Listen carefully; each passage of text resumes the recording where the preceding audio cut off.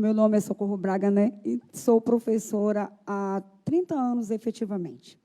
22 anos de Estado, e somando com particular e municipal, já se faz 30 anos aí nessa lida, nessa seara de ser professor neste Brasil tão castigado, em tempos tão temerosos.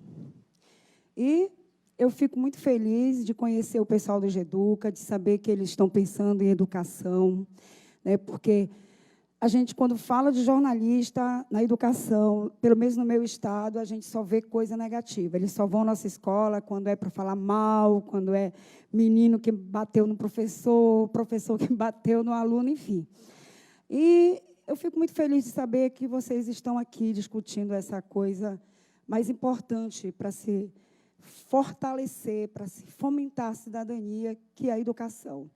E a educação escolar, ela é muito difícil. Hoje nós ouvimos muitas falas, muitas pessoas da educação falaram de educação. E agora eu vou contar um pouco do meu relato de experiência, na verdade, falando disso. O que é que acontece no chão da escola a cada mudança de gestão? E ele vai se fazer por todo, não só a gestão de governo federal, mas estadual, municipal e na escola, que o professor ele passa por tantas gestões que ele fica castigado, não é? Muitos de vocês, todos vocês passaram pela escola, mas o professor permanece lá, lutando, não é? Sofrendo. E eu comecei a minha carreira de professor aos 18 anos, eu já tenho 52. E eu comecei alfabetizando jovens e adultos, lá pelos idos de 1996. Aí que eu conheci o Paulo Freire, né? Porque eu me formei professora pelo ensino técnico. Naquele tempo, formava-se professor nesse perfil. E depois levei um tempo para poder cursar uma faculdade e poder aprimorar os meus estudos. E quando eu fui para a sala de aula, efetivamente para o ensino regular, eu nunca pensei, mesmo na graduação, eu sempre pensava que, para se diminuir as desigualdades sociais nesse país, tem que alfabetizar. As crianças têm que ser alfabetizadas. Esse sempre foi o meu pensamento e de muitos outros professores na nossa região. Então, quando eu estava no sexta série, naquele tempo, eu percebi que meus alunos tinham problemas com a escrita. Neste país não se fala de uma política de escrita. Só se fala de leitura, leitura, leitura. Mas de escrita ninguém pensa. Parece que ela não existe. Ela não, eu pensei que fosse assim, mas não é. Então, eu chamei meus alunos que tinham problemas de escrita. E eu percebi que, naquele tempo, eles precisavam recuperar conteúdos perdidos. E eu fui parar neste município, lá em Augusto Corrêa, no estado do Pará, por conta de um prefeito. Ele estudava comigo o curso de letras, me chamou e eu fui para lá, para esse desafio, num lugar onde não tinha nem água encanada e nem energia elétrica. Eu fui embora para lá. Então, eu chamei meus alunos e disse, vamos ajudar a professora Benezinha a alfabetizar os alunos dela? E eles, vocês sabem, né?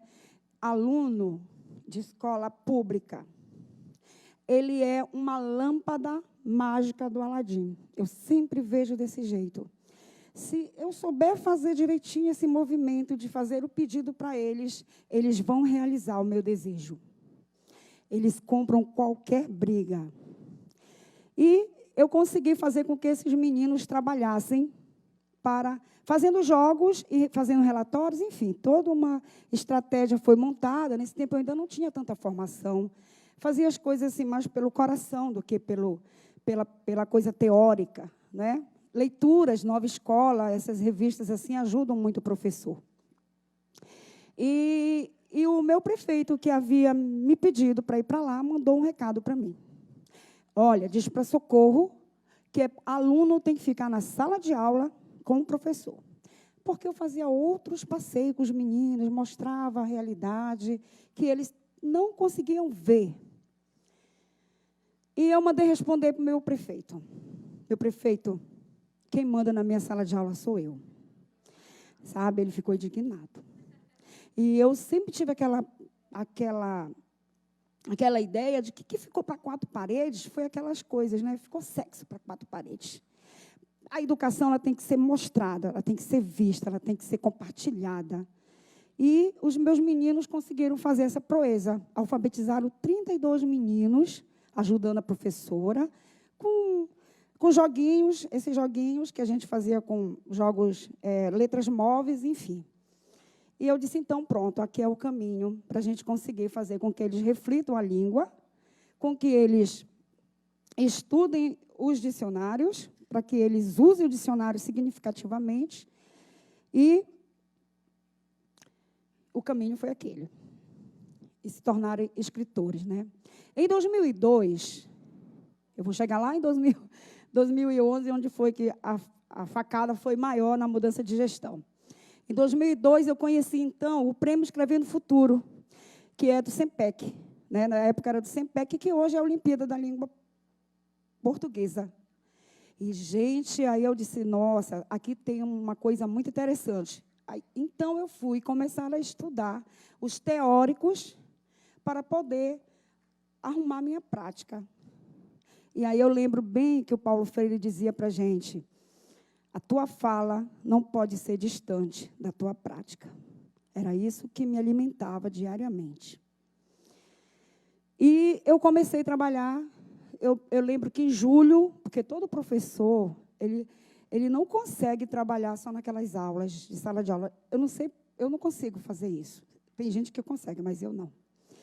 E eu consegui fazer com que uma aluna minha, né, fosse finalista, né, regional do Prêmio Escrevendo Futuro. O caminho era aquele, as sequências didáticas. E elas começaram a basilar a minha prática, a estudar. Eu percebi que ninguém tem um dom da escrita. Bom, e quando se fala, isso porque eu estou falando de mim, da minha realidade, dos meus trabalhos, mas outros professores, como eu, que acreditam na educação e sabem que esse é o único caminho e que a educação pública, ela precisa ser garantida, porque o nosso aluno precisa, os pais colocam os filhos na escola para que eles sigam um rumo diferente do deles. Então, o governo do Pará, em 2011, por aí assim, 10, não estou lembrado o ano, ele planejou e deu para nós, professores, uma oportunidade de formação continuada, fazer uma especialização em mídias. Quando o governo perdeu a eleição, nós tivemos a maior tragédia. O plano foi cancelado, o projeto foi cancelado. Então, a Universidade Federal do Pará não podia mais formar os professores, porque não ia receber por isso. E para nós, restou apenas um prêmio de consolação, um diploma, um certificado de aperfeiçoamento. Então, cada mudança de gestão, ela traz dores para quem está na sala de aula, porque o professor sem formação, ele não consegue fazer um trabalho coerente. Agora, pensem, agora, nesse ano, em tempos, né, porque eu digo sempre para os meus colegas, gente, nós estamos divididos entre duas eras. A era que a gente tinha um pouco mais de confiança e a era Temer. Isso acabou com a gente. Essa BNCC, embora o ministro tenha explicado de uma forma tão bonita, amedronta todos os professores que estão no chão da escola e que não são das áreas de língua e portuguesa e matemática, né? Embora ele tenha colocado de uma forma tão linda, mas não é assim que nós sentimos isso, não.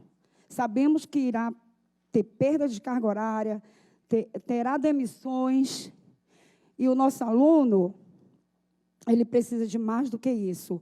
Hoje de manhã, eu vi a professora Cláudia Costin, né? Costin, pela primeira vez, assim, ao vivo. E ela falou uma palavra que me chocou o coração. Eu vou procurar aqui, porque eu anotei, ficou tão chocante, que eu vou explicar o que eu vou falar. E, olha, é a primeira vez que eu estou com uma plateia tão bonita como essa, que não é aluno. Eu estou emocionada. Bem, ela falou que climatização, piscinas são sofisticações. Nossa, como ela está distante da nossa realidade. O Brasil é um país geograficamente imenso. O estado do Pará é imenso. Lá, a nossa temperatura é 40 graus. 40 graus. Eu queria muito que ela estivesse aqui para ouvir que a palavra sofisticação para ela, para nós, é uma necessidade. São salas, vocês não têm noção do que é ser professor no Brasil. São salas superlotadas, com 50 meninos na média, senão não forma turma. O lema é sala de aula, não, aluno matriculado, professor lotado. Então, o professor está lascado na mão do aluno, né? Ele é o patrão. Veja, salas de aula, 50, 60 meninos do 6º ano, 13h, não vou nem botar o turno da manhã, que termina às 11h30, meio-dia. 13h, em salas que ainda usam aquele teto amianto, que cozinha o nosso juízo. Sofisticação é não conhecer a nossa realidade. Agora vejam, tudo que eles fazem, eles não pensam no professor. Se o professor não for formado, não receber formação continuada, eu digo que formação continuada é algo que desenferruja a gente. Eu vou atrás, mas outros professores não têm mais coragem de sair de suas salas, porque quando ele sai para fazer uma formação tipo mestrado ou doutorado, quando ele volta, ele vai mendigar a carga horária, que deveria ser diferente, não é? Ele volta para a sala de aula mendigando carga horária. É assim que a gestão pensa no professor. Esses discursos nos deixam até assustados, porque quem está lá sabe o que acontece com a gente.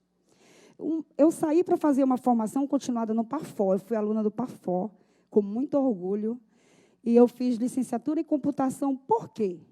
Porque um dia um aluno me disse assim, eu fui pedir uma ajuda para um aluno, ele olhou para mim e disse assim, aprende com o novinho. Eu disse, meu Deus, ele está me chamando de velha. E agora, o que é que eu faço? Eu fiquei pensando, e agora o que é que eu faço?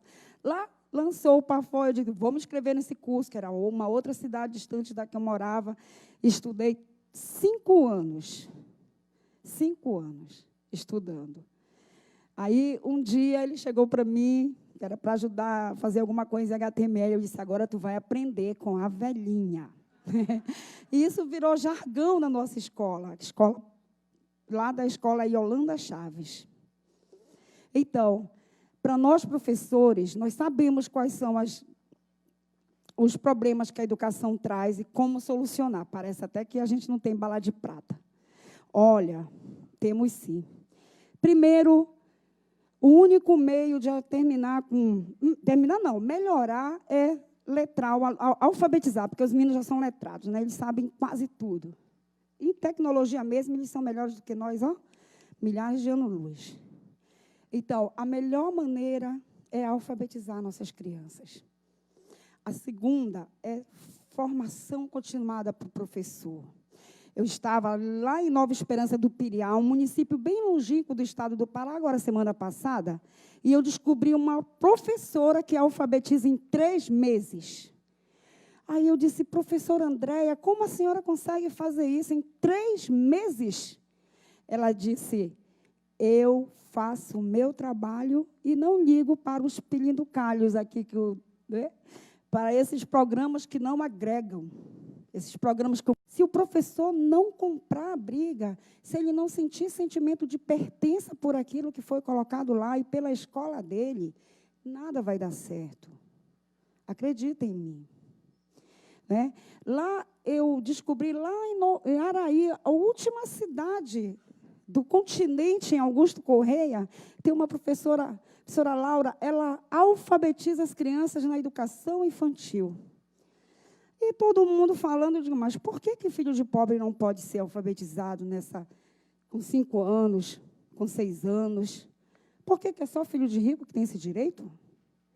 Então, nós temos, sim, professores que lutam, que alfabetizam, mas estão ali, enclausurados, guardados em algum lugar do espaço. E a gestão sabe que eles estão ali, mas não faz aquela política de fazer formador, de fazer alfabetizador, de dar condições para o professor trabalhar. Eu estou aqui porque eu acreditei. Quando eu terminei meu curso de graduação, meu marido, né, na verdade, foi meu marido que me colocou no mestrado. Ele disse, vá fazer esse mestrado. E eu fui. E lá eu conheci um professor mais louco do que eu, professor antropólogo, e ele me sugeriu trabalhar com o gênero crônicas, meu Deus, como é que etnográficas. E aí eu vou dizer para vocês, eu não tenho vergonha de confessar, foi somente no ano de 2016 que eu aprendi a escrever crônicas. Por quê? Porque eu fui dar aula e eu levei comigo a sequência didática do SEMPEC. Não é uma receita de bolo. Eu coloquei um monte de coisas lá e deu esse resultado.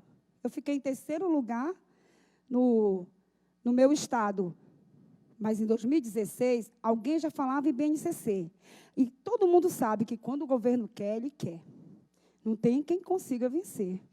Eu disse, isso vai dar rock, é isso que eu tenho que trabalhar. Essas competências eu vou ter que estudar. E começaram a surgir, né, várias reportagens. E aí que eu acho que esse é o caminho. Fazer estudos. Não dá para dar aula sem estudar. Vocês já pensaram aqui?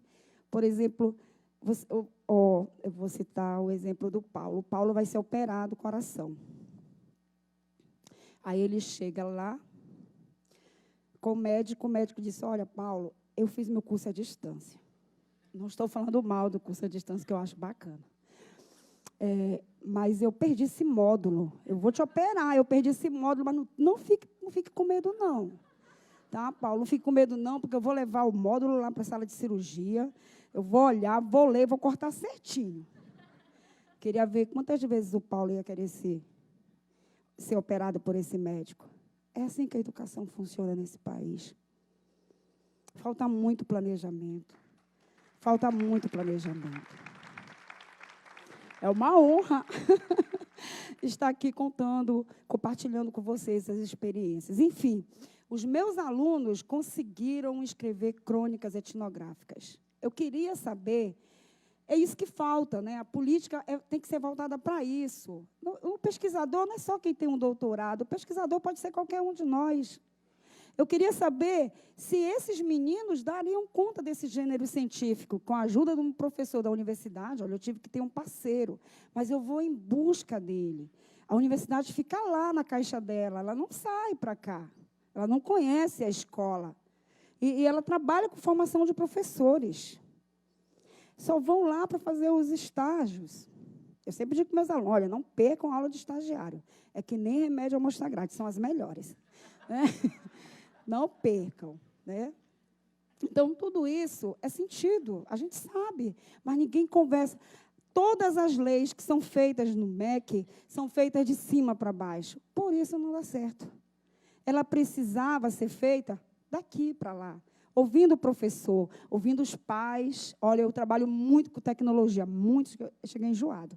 Mas todos os grupos de WhatsApp do meu colégio, todos os pais que estão dentro do grupo, que é para saber quando os filhos faltam, quando eu boto alguma atividade, porque aí ninguém vai dizer assim, eu não sabia.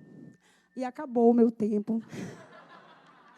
Eu estou muito feliz de estar aqui nesse momento, né, compartilhando com vocês, e acredite, se a gente pensar que a educação tem jeito, ela terá.